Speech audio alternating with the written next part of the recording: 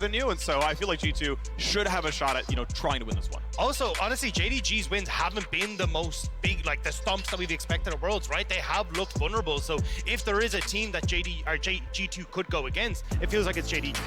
At the same time, G2's 2 games today have been rough ones. They have been getting absolutely stomped thus far in the games today. So we're going to have to see if they can have a little bit of a bounce-back game here, salvage a little bit of pride. First pick, Maokai here, has been very, very popular for Europe. Working best, of course, I think, for Rogue. Most people looking at Odoamne and the performances that they have had. Still a big hope for Europe. But we are expecting this probably to be mid or top. We have seen a little bit of Maokai support, but not very much, especially once we've actually gotten into the main group stage.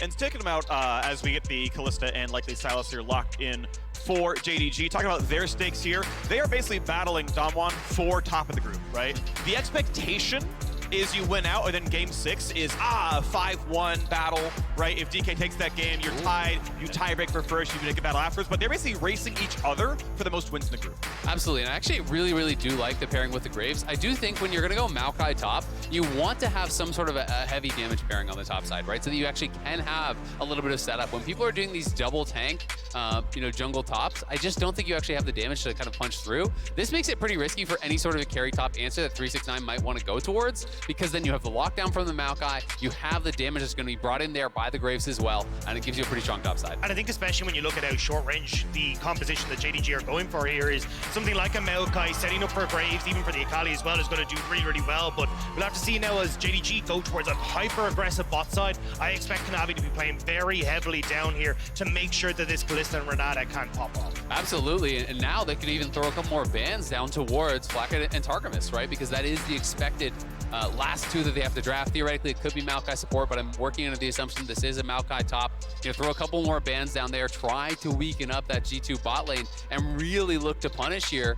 Draven taken away as kind of that big early game answer, but Senna, Yuumi, Caitlyn all off the table. They can go to something like a Felios or whatever, but it is very vulnerable how strong this lane can be with Renata and Kalista, and it's one of the big strengths. We heard them talking about it on the desk, but Hope really impressed me so much because he can play all the hyper scaling carries. He can also dominate with these early game picks as well, and it's given JDG such tremendous flexibility throughout the LPL. And we've even seen it Worlds as well, right? This is his 5th new pick as well at the World Championship, and that's been paired with something unique as well in missing. This flexibility in the bot side has been a big standout performer, but we're still seeing Hope having these pop-offs like the desk was talking about earlier, so we'll have to see exactly how they want to try and play around this. This is a bit of a Kanavi special if he wants to go for it, but Kanavi has been a main stage carry for JDG. Highest goal per minute, highest damage percent of any jungler at Worlds, at least at the start of the day. I think we're getting Renekton on 5 then. Yeah, we are. There we go. We're going to get the Renekton Nidalee, so they don't even care, man. They're just going to slap it down. We'll have to see how it can work out because Renekton Nidalee is about as early game as you can get. Renekton, Nidalee, Kalista. This is a game that if G2 can survive the early stages, they massively outscale when you're looking at Graves, Maokai, Tristana, Rell, all these picks that are going to be very, very strong in the later stages of the game. It's going to come down to execution here for JDG. Obviously, we saw Nidalee come out once already. Inspired did run it against G2. It did not look good whatsoever. But this is Kanavi. It is another beast. And this is 369 Renekton, which is so terrifying. 369 in playoffs on Renekton. It felt like anytime he locks it in, it's a guaranteed solo kill. And it feels like at the moment you really want to try and get Missing to be working alongside Kanavi as well, right? So it feels like trying to push in on bot side, then unlock Missing so it can actually play with Kanavi, set up for that vision that JDG have been so good at doing all year long. It feels like that's where they're going to be trying to support Kanavi and again see if they can go for those dives on top side. And while it is a bit of a surprising pick to actually see the Nidalee more so than what we'd seen in 2021 or even 2020, the last time JDG were at the World Championship, but now we're getting kind of go back to that 2020 style where in spring he was a big Sylas jungle player, the Nidalee jungles, the Graves jungles. It feels like Kanavi's getting back to that position where he can show what he is worth and how to play carry from the jungle. Oh man, I love the banter. Jankos in all chat. Damwon Nidalee, wow. Jankos with all the Nidalee memes about himself as well. But will be a scary one. I mean, definitely, if Kanavi can really push the pace here, this could be terrifying. He is playing Electrocute, so definitely going to have the early game burst here potentially. I'm interested to see, how much it's going to be about, looking for the invades and looking, to try to steal away those camps. Alrighty, well, keep in mind there's a Prime Gaming giveaway, 150,000 RP to several lucky fans every single day of Worlds. Check it out. The lower third down there. Get in, get your free RP. If you get lucky, would be pretty nice. Broken Blade spotting out what might be an invade, but just sees that 369 is only spotting the jungle start. We'll try to see what Jankos is up to. The sweeper is on, missing Will. Yeah, be able to get the 10 gold shared over, they get the XP. And it's gonna be the red buff invaded and started for Kanavi. And I like the start as well already, right? You want to be trying to play for Hope and Missing so they can play aggressive on the spot side. Especially Hope going for the exhaust and ignite. They want to try and go ham in this lane, so having that map split could be really good for them. And I'm actually really, really interested to see, you know, if Kanavi is going to go back towards topside and try to defend his own top quadrant, though, because you have Renekton as a pushing lane here, and you do have Sylas, you know, pushing through mid, so he's actually going to retreat back to his own red and go for the drive-by gank onto Caps. Caps wants level 2, though, doesn't get enough minions to make it happen. There we go, finally has maybe a shuriken flip. Is he the energy? Out goes for the stealth. And he will stay alive. I just think this is such smart pathing here from Kanavi. Yeah, you could play split map, but you want to play to the side of your Renekton. You have a pushing lane top, as Broken Blade's likely going to have to recall here. You know, 369 was proxying the wave you could see on the mini-map. Yagao was pushing so heavily through mid, really trying to contest this to make sure there's no opportunity for Jankos to actually counter-invade and take away the enemy red. So now Jankos is just going to have to take the L on this and accept that he's going to be down a couple camps. And you can see Kanavi cheats up towards topside, takes the Raptors. Now he's going down towards blue, so he can actually have a late take on the red and then use that potentially towards a top lane gank later on. So I think this is really, really smart, and there's not really any opportunity for Jankos to get something back. And it's only going to become more dangerous as well for Jankos because you've got help in mid now for Yagao. He can continue to bully out Caps. You've already got control for 369 on top side. Bot side is fully in favor of the pushing 2v2, so Kanavi can now play off of pretty much any side of the map he wants. Slash engage going to land there for the first stun. Hope could be the easy target there. Gonna stay in range. They blow up the cask. And it's first blood into a jump. And missing, might be missing his entire health bar. Stun's gonna land. Another rocket jump available, but still, it's gonna be the 2-0 start of the bot side. And that's just a sloppy play from Hope and Missing. You know that Jankos is on bot side. He got spotted out by all that vision you put down early, but staying around too long trying to crash that wave, and great punish from Jankos to get in there. Yeah, great punish from G2, but I agree. Very, very sloppy stuff from JDG. That was literally warded out, right? Like they saw that Graves, they had 3 wards actually in the enemy bot lane. They have now expired, but they should know exactly where Graves is. They knew he didn't go up towards topside, so pretty shocked that they just played that disrespectfully to the enemy jungler, and now you give over a couple of easy kills here, 1 to Jankos, 1 towards the Tristana, and now they're not really even behind at all. You know, they're looking really, really good. Oh, that was so nice, though. W flash into Crashdown is, I mean, that's just really good by Targamas. Yes, they should have been autoing him, but that is honestly perfect play from the G2 support.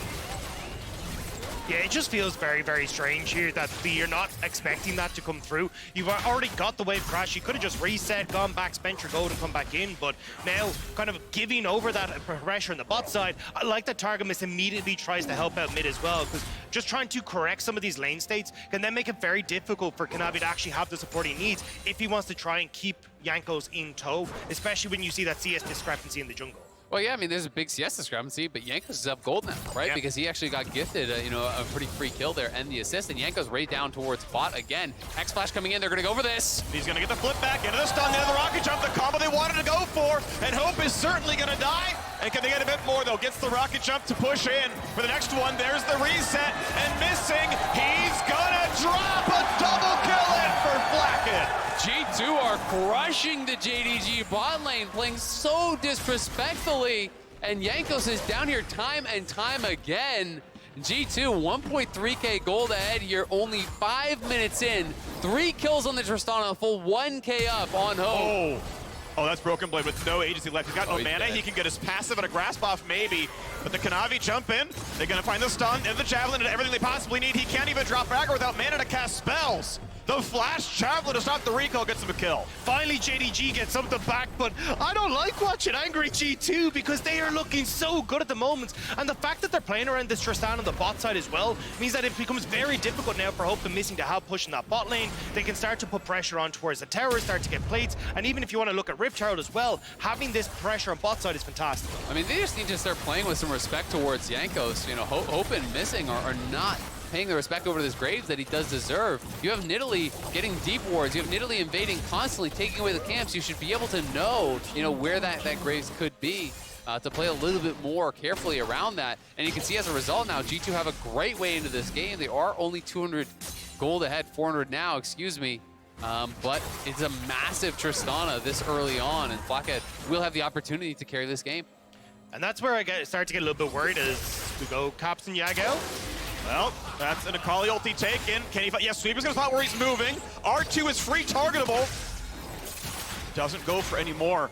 I don't know if Cap's gonna be able to flash it and lock onto the tower, but doesn't go for the play. Yagao just about out of mana there as well. You'll see he picks up a little bit there, so we didn't have to follow up any sort of ability after he got in for the perfect execution, so decides to call it quits. JDG though, using that pressure at mid, now moving down over towards this dragon. Well, now you're gonna go for it. JDG somehow managed to have enough control over the bottom side to grab first Drake of the game. And we're still a minute away from Herald to spawn, so it's time for supports to recall and walk over. Jungle's gonna do the same, and with Renekton obviously winning up on the top side, you can see 500 gold to his advantage. There's a chance JDG get both objectives. There absolutely is. I mean, 369 Kanavi looking strong, mid lane about even, but bot lane is absolutely a disaster. And overall, you'd be so happy about this start here for G2. The fact that they are not even just even in gold with the comp that outscales, they're actually up in gold against this comp that is going to really fall off incredibly fast here for JDG. So G2 just need to continue weathering the storm. Only go for guaranteed plays, chill, farm, and just wait for those items to start coming through because it's going to be looking good for them. And just on that note, I think with Rift Tower coming up, I'd prefer to see them nerdy try and make a play around bot side. They can spot out Kanavi here, but if JDG are going to try and go for Rift Tower, cool, just like let them have it, right? You go and try and make a play on bot side with Jankos, you can easily trade the 2 turret plates regardless, and if not, just go for a dive anyway and see if you can get even more gold in your favor. Well, honestly, like, I'm not even sure they need to try anything. Just farm. As long as Jankos can protect these lanes, right? Like, they're in just such a good spot here. There is a slight gold advantage for Kanavi, but still, I mean, Jankos has gotten 3 assists. He got that early kill. Flakked's looking great. Your lanes are doing just fine. Broken Blade will struggle a little bit here, but overall, things are looking really, really good. Jankos going to be going back up towards topside, though. 369 could be in trouble. Find a bit of CC. He's going to double dash back away. Pops holding for a bit more health bar. Gets the empowered Q, and now with Kanavi behind him, he's going to be okay. I don't think Broken Blade can get any more CC down. That is an ulti for an ult. The TV back in. Everyone's going to be okay. Well, it could give G2 cryo towards his Herald, but here comes Kanavi. Oh my god, that burst. I mean, you're going to get the trade on bot side here for G2, so as long as they delay JDG on this Rift Herald, you can see Hope and Missing have already moved up to the top side, so you're just giving Flakked time in this bot lane turret. The Tristana will happily take this, so still you are going to be trading relatively effectively here as G2. Absolutely, I favor this trade for G2 pretty heavily. If you can actually get that second plate, solo gold onto Tristana, it's going to be close if that goes down or not, but it will be the Herald on the top side, and again, they're going to look for 369, who has no ulti, but will be able to walk it out. Might have to rest right there on Jankos' side as there are still 4 top side, and this could be the entire tower dying. Just got some alone time, but yeah, that actually could have been a pretty good Sylas combo. Jump in, land a stun, ulti would nearly kill. But if they want to summon here with 4 there, although with Caps walking up, looks like maybe there's no play. This is the chance at a 4v4, and they don't go for much. I'm surprised to see them commit so many resources up towards that top side, though, for G2, right? You'd already cleared the wave, you had your wave pushed into mid. Caps could have tried to get a turret plate for himself. Instead now, we're having Yagao trade those plates on the bottom side, getting kind of an answer for what Tristana had already taken, and now you're putting Rift Herald top. Yeah, I mean, they really want to push for this tier 1 tower, for this first tower here, to try to, I think, force G2 into taking some sort of a fight. They want to fight. Tristan right behind them with a Kraken Slayer done at 940. Targamas would love to find a flash W. You can see Hope's early flash. Targamas, he really wants some kind of engagement. This is not going to happen. Pretty much anything that he picked on would have died to Trist with a full combo, but it's going to be a bot wave dying to bot lane tier, to the bot lane tower, and top lane tower itself dying. Yeah, and Caps actually roamed up as well. Yagao, may be able to get a plate off of this. We'll see if he feels confident to actually step forward or at least stay in range as this plate does fall. But that's a plate bot for Yagao. Then he comes mid, pushes that in, gets the plate there as well. So, Yagao getting about a kill's worth of gold over this last minute. And that's not even including the first strike that he has there as well. So he's going to be very quickly accelerating. You can see there just on the left-hand side of your screen, 4,000 gold for Yagao. Quite a substantial amount, 600 gold over Caps as well. I mean, Flakked's leading the charge, so he's definitely going to be the one JDG need to be worried about, especially if he's starting to get more of these turret plates. Oh, Kanavi over the wall spots one. Does not land on Targamas. Good sidestep there as the turret still takes its shots. We are still pretty far away from turret plates dropping, and Flakked again literally up a mythic on his opponent right now. Yeah, I mean, Hope hasn't been back to base in forever. He just has that early Vamp Scepter here, so JDG do not want to fight around Hope whatsoever, but that is not the spot you want to be in here with the Kalista. When your Kalista is just kind of praying for little bits and scraps of farm here, it's really a bad spot. And that's why I love the way G2 are playing this. They're consistently keeping Flakked out on the map. They know that in 30 seconds, Dragon is up. Well, if Kalista doesn't get a reset, well, we just have that mythic advantage for the team fight. So that's actually somewhere where they can try and use that advantage. Even here, Flakked and Targamas trying to see if they can stop Hope from resetting, knowing they can use this. No chance they want to walk away from the top lane right now. They love to get the turret to kill. See if you can deny any farm down there. Only a 6 CS difference among the top laners, so those who actually shoves the wave in. Broken will have to get his back. A pull in, not bad. Targamas half HP. But now with Handshake down, Trish should feel safe. But Flakked, I don't know if he doesn't know where Nidalee is, but he is unwilling to attack a tower while up a mythic. Well, no, and they actually spotted Nidalee on the bottom side because he was actually scrapping with Jankos. So they did know that Nidalee was down there. He's now doing Dragon, on the scuttle here, but definitely Flakked playing, pretty carefully, to say the least. Cab stepping forward, does have ulti advantage as Yagao spent the stolen ulti there, but will be likely looking to reset. And JDG, I think, really have got to continue playing the objective games, stacking these up as fast as possible, but it's a stolen Dragon. Jankos huge! That's going to buy him a lot of time if it is going to be a race through the early game. Doesn't get hit by much more. Might have to ulti to get away. Actually, gets the E back regardless, and is just out with a Drake steal. Beautiful. And it looked like the smoke screen was really what made the difference there. Drops the smoke screen on the Nidalee, so he loses vision of the Dragon, and now Cap's looking for the kills. Dives in for a lot. Missing could be the target. It's a nice ulti across device space. Professor Flash away has a blast plant, but Cap's still in the chase. Auto Q might kill. Auto Q. One more is going to get him for sure. No, the shield. But they're not going to get him back in time. The bailout, I don't think it's going to happen. There's one, and they're chasing in for the next two. A double kill in for Caps, and Jankos get the second. JDG commit to try and save Missing, but G2 were there and waiting. Targamas with the engage sets up a massive play for G2. That is so much gold going over in their favor. That's a huge play for G2. Going to be looking really, really good in this game now. 13 minutes in, and you are down gold still with Kalista, Nidalee, and Renekton. And Tristana pushing for free up on top side. So now the gold lead just going to extend that much further here. Flakked going to be able to take another plate. Has a couple thousand gold to spend. He's 1,700 gold ahead of Hope. It's brutal. And this is what we were talking about for JDG, right? Oftentimes they just kind of see blood and go for it. And this was where they kind of took that step too far forward, trying to get on towards Jankos. It's a good answer from Caps coming in here off the reset, and trying to save Missing was just that way much of a step too far. Missing goes down. There was no need to try and commit for this. And the second they do, Targamas is there and ready.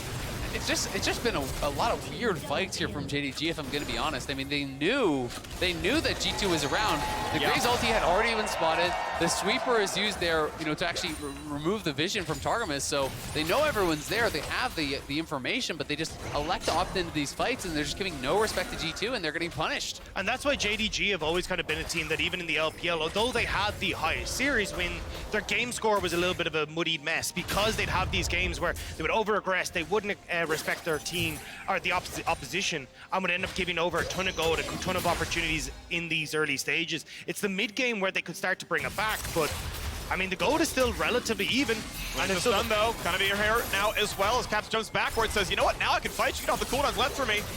Smokes around, tries to find it, nearly the kill, but Caps, he overplays in the 1 versus 2. But here comes G2. Broken Blade is here. He's TP'd in. Kanavi's going to be in trouble. Quick heal. There's the ulti. Flashes the root him up in place. Knock him forward. Broken Blade finds 1 kill, but he's under the tower. He's going to flash in to be 1 for 1. There's no way Yagao doesn't get him here, right? At this point, he's going to get the slows, getting the rest of the abilities. So Broken Blade burns his flash to trade equal gold, but in the bot side, Flakked knocks down a turret. Yeah, and his teleport as well there. It was a really nice stolen Tristana ulti from Yagao to make sure that it was a one-way trip, just ulting Broken Blade back even further there.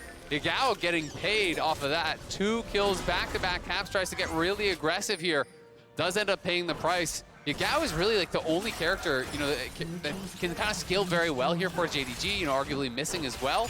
So there is going to be a lot of pressure on Yagao to get things done in this game. And I agree with you, Dagda. It is more the mid game, the late game where JDG really do excel. But the problem is the compositions in this one, right? The compositions are so heavily in the favor of G2 that if G2 can play, relatively evenly throughout this next 10 minutes, it just should be their game. Caps gets the Gromp with reinforcing to the Krugs. They will not go for any more on the G2 side. Not sure if they had any vision, but it doesn't matter. It is going to be the second Herald claimed here for JDG. Minute 15 to go until the next Drake spawns. It'll be either team's first Mountain Drake. And we're gonna watch that 1v2 from Caps again. Nearly kills Kanavi, doesn't work though. Yeah, I mean, nice opportunity here for Caps to try and turn around, right? Realizes that there is no cooldowns left available, but just ends up going that little bit too far forward. This turret shot and the damage coming through from Yagao off the passive auto attacks was just that little bit too much. And G2, this is a classic thing that we see from them in LEC, right? Where they will TP, try to commit to a play, catch people off guard and start to snowball these leads. But unfortunately, Broken Blade gets pushed underneath the tower and ends up giving over another one back in favor of JDG. Yeah, the stolen Tristana ult, very clever there, just knocking Broken Blade in. But it is G2 tied on Dragons here, 30 seconds until this one is going to spawn. And Flakked, very close actually to his next item. Yeah. Kind of weird that he picked up an additional Phreak cloak. He could have probably been towards PD. I know that they're relatively efficient though, individually. So the build he's going for is Zeal to Lord Dominic. Yeah. It's a very common like tank busting build, but obviously Renekton has gone Gorge Ranker, doesn't have the most armor, but we'll see what he goes for on this one is to move around, and JDG need to fight for the river. Do they get outscaled? Can they fight now in the mid game? 17 minutes. Herald 7 in mid will not quite kill the turret, but he can always run back and get that gold. Yeah, Gao's doing a lot of work here in the backline though. Caps and Flakked low. Targamas, done from 3-6-9. Target the backline, hits on a 3. Berserk buys a bit of time. Hope gonna stay alive for now. Shieldbow on Caps zoned out, and Targamas drops the engage, but his team cannot help. Thank you to Renata Glasc. Jankos is low, stunned, killed by 3-6-9, and a double kill for Hope. JDG pulling it back here, winning the team fight in dominant fashion. It was a big engage from Targamas, but he goes over the wall, and Missing's ultimate bought them the time they needed. The hostile takeover was clutch there. And I love the idea initially from G2, right? You look at the screen, you're like, oh, JDG are super spread out. Yagao is stuck bot side. We've got control over River. Let's try and make a pick onto Hope with Caps. But unfortunately, because 3-6-9 was there, Caps actually can't get the pick. And suddenly you've invested so much into trying to kill the Kalista, you've nothing left then for the upcoming team fight. Yeah, and I mean, there was just so many tools available for JDG there. We can watch again. It's about this flank coming in on the side from Targamas here, looking for that angle. Does find the engage on this big clump, but then watch Yagao here. Yagao has stopwatch. Missing pops the ulti, then gets pulled in by the Kalista ulti. So really great timing on that ultimate from Renata Glasc. If he didn't actually get that off prior to getting Kalista ultimated, this could have looked like a very different fight. And then 3-6-9, as you say, is just zoning out the carries there. There's no follow-up for G2. Yeah, it was super hard. And then once you're on the chase here for JDG, you've got the spears that are landing from Kanavi. And this is what we were kind of talking about for JDGs. When they get to the mid game, yes, compositionally, definitely I agree. Late game favors G2, but they are so good at finding these moments to pick their fights around objectives, control vision, especially when they just tend to overload one side of the map and look for picks. So that's what we have to keep our eyes on now to see if JDG can take that lead and that 4K gold lead they've managed to find for themselves and keep this pace up. And I think the pace can keep going. We are seeing a damage out of 3-6-9 actually rushes the Gorge Ranker. I know in the LCS we see a lot of Ruin King Sunfire, but actually globally the more common build actually has been Gorge Ranker by a little bit. So relatively common build here onto the Death Stance second as well, so he will be a big damage threat. And I always feel like if there's 3 melee on the other team, Gorge Ranker is just super high value, right? You're looking over, you see Rell, you see Akali, you see Maokai, even Graves relatively short range, so there's a high chance you can get one of those really big Gorge Rankers off in the middle of the team. 3-6-9 is incredible on this Renekton. Always finding the right angle to enter the fights. If you can get in the mix, get in power Q on multiple, get that Gorge Ranker on multiple, it can go huge. But now they're looking to wrap around here on Yagao. Counter TP coming through, but will be a 3v5. Flash away from the jungler. What's going to find him for? There's the root. There's the combo. A quick shutdown. Does 3-6-9 survive this one as he joins on in as well? The Berserk going to hit almost nobody. A single auto from Targamas. 3-6-9 holds the front line still. Ulti on, finds a huge stun in front of the turret. Caps will die. Caps wants Kanavi, but no! He can't get it! And it's another huge set of shutdowns. A sidestep for Flakked and a jump away for Jankos. But it's over the wall. It's Hope, and he's going to extinguish the last of G2. The Ren's got to be up in a second. The javelins, the spears stick in. Rends him asunder. Flakked drops, and an ace in the top jungle. The LPL champions will not go down. And immediately they turn on towards the Baron. It looked dreadful for for JDG as Yagao explodes, but they can turn it around, and now they'll get the big purple worm. Oh my god, JDG gets so much off of that fight. It was looking good for G2, and they're going to try to TP in again here with Caps, but Yagao should be able to walk it out. Caps doesn't even have an ulti, so... Backwards E, yeah. I mean, if there was no... Okay, flash for it. There's a stun out of Targamas. W over the wall, they're going to get the CC, but is it enough damage is the problem. He steals Rell ult himself. Gets a bit more damage done, but he's lower and lower, and Caps lands his second shuriken flip.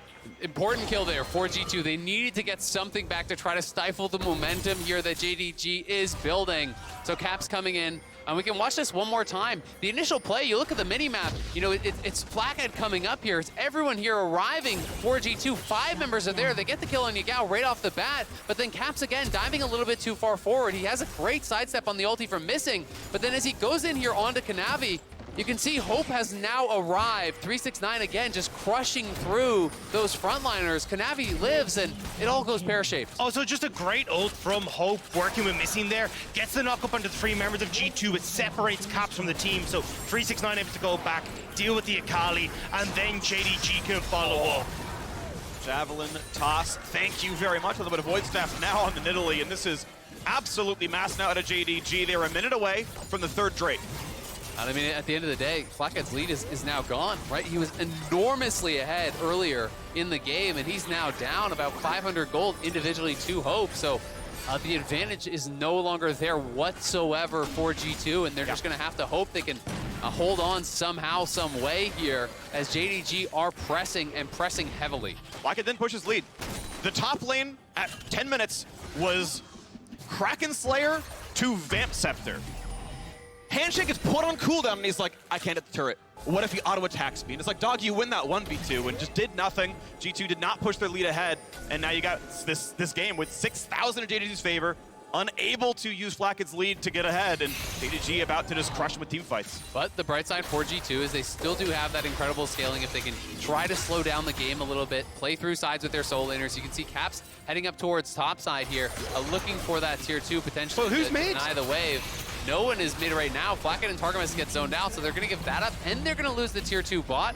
It is against the Baron buff, of course, but never something you want to see as a G2 fan. No, especially when they had, you know, members that could have tried to move around, but the fact that they managed to zone Flakked and Targamas up on the top side now gives JDG access to mid, to bot, to Dragon as well. And I mean, JDG just playing it the map state better right now is 369. Oh, he's taunting them with the recalls now.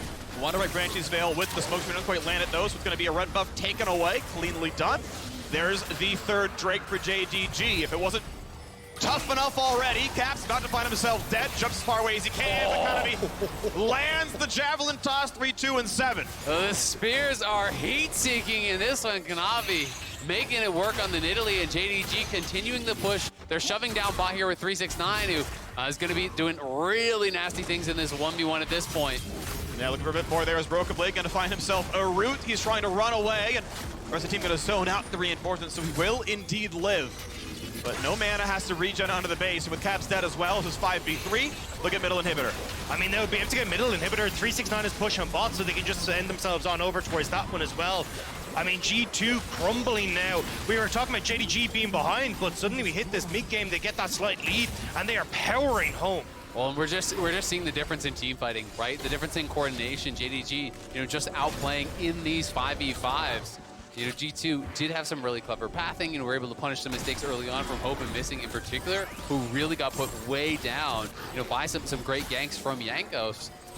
But, you know, not been able to kind of hold even in some of these fights. And it's been some near misses at times that have been the difference, to be fair. You know, Caps chasing a little bit too far in bot lane, not able to kill Kanavi. Then again on top side by that tower, trying to take down Kanavi, not able to get those kills. It's been these slim margins that have turned into great leads for JDG. And it's been a similar story to what we saw in JDG versus EG, right? Where EG get these early leads in the bot side, and Kanavi goes, right, I'm just going to hyper-focus on this top side.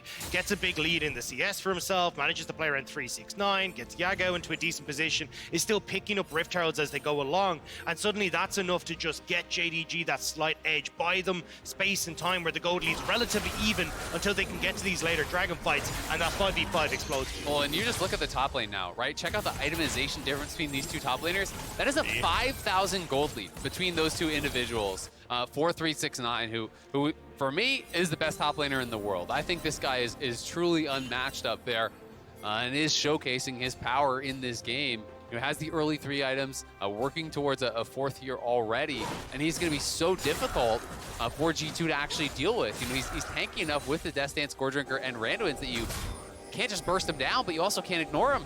Well, they're going to try for a little something. They don't quite get the stun as Caps jumps to melee range. 369 pretty fast in the slice. And that means for G2, no dice. I mean, it's a nice attempt from G2. Maybe if you can get him, you can start to put threat onto the tier 2, maybe onto the base for JDG. But now with that, this is the downside. You've committed so many members to bot side. JDG get to keep pushing top side. They're getting vision control for Baron. And now it becomes nigh on impossible for G2 to actually try and contest this. Poke ult out of Yagao, doesn't do much with it. But now it's a handshake, that's gotta be a death. Jankos is burning. A little bit of health left, but I think the Ignite will kill. Last tick will not survive with a sliver of health. That's actually really important because the Baron is spawning here, so you know, if he goes down, JDG would have certainly just started that right up, but they're going to anyway. 369 has actually TP'd in. They're going to start this on spawn. They know Jankos needs to walk back out of base, and there's no vision for G2, so they have to slowly encroach in. It's going to be too late. Gonna march into a 4v5 with already 3k health left on it. You've got no smite. There's only a fight to be had at all, and they're in range. They don't get the Baron, but they sure as hell get themselves stunned. G2 are too late to do anything but watch their teammates die. 1-0 so far. 369 in for a second stun. Javelin's gonna land. Targamas buys a second, but it won't be much more than that. The second death is already there. Make it a third. Caps is here to serve himself up as well. He's got nowhere else to go. A triple kill for Kanavi. Then Jankos nearly died in the base, but now just sees he's got no one left to help him. JDG will TP down to the bottom side. With the second Baron, they will look to close out this game. Down to the final turrets, the final nexus. JDG will go for 5-0. The fight for first place in the group. The only way they could lose that is if they get forced a tiebreaker. They have complete control over their own destiny. So far, undefeated in the World Championship. The LPL champions, one of the favorites to win the entire thing, have still not dropped an entire game. G2 can watch the end of their tournament lives, a 1-5 record. The winless week for the LEC sadly continues. Their hopes rest on Rogue, and JDG still first in the group. Just such an impressive comeback here from JDG. They draft full early, they get behind, and this is one of those games that started to smell like an upset, started to feel like, hey, G2 could actually take this game down. Really were in a position to be able to do it, but it's the team fighting from JDG that really pulls them through. They dominate the 5v5 at the Dragon. They outplay in what began as the 3v5 up in top lane, and after those couple fights, they really took hold of that lead and never let it go. I just love how JDG fall behind and they're like, I got them right where I want them. Every single time. We saw it against top esports twice in semis and in finals. Now we get on the international stage as well, where they'll have these points where they fall pretty decently behind. But still, when this mid-game comes around, the team fights come around, the opportunities to find picks, and always just keep that gold lead within touching distance, thanks to Kanavi, 369, Yagao. And when we get to that later point, it just feels inevitable that they'll take over. And I feel bad for Targamas because he played the first 5 minutes of that game, I think literally perfectly. Every engage was massive. The flash knockback and a stun. First double kill. Second one, he's prepping a Hex Flash for the expected Warden Tri-Brush. Another double kill. Like, it was perfect. Targamas was so damn good.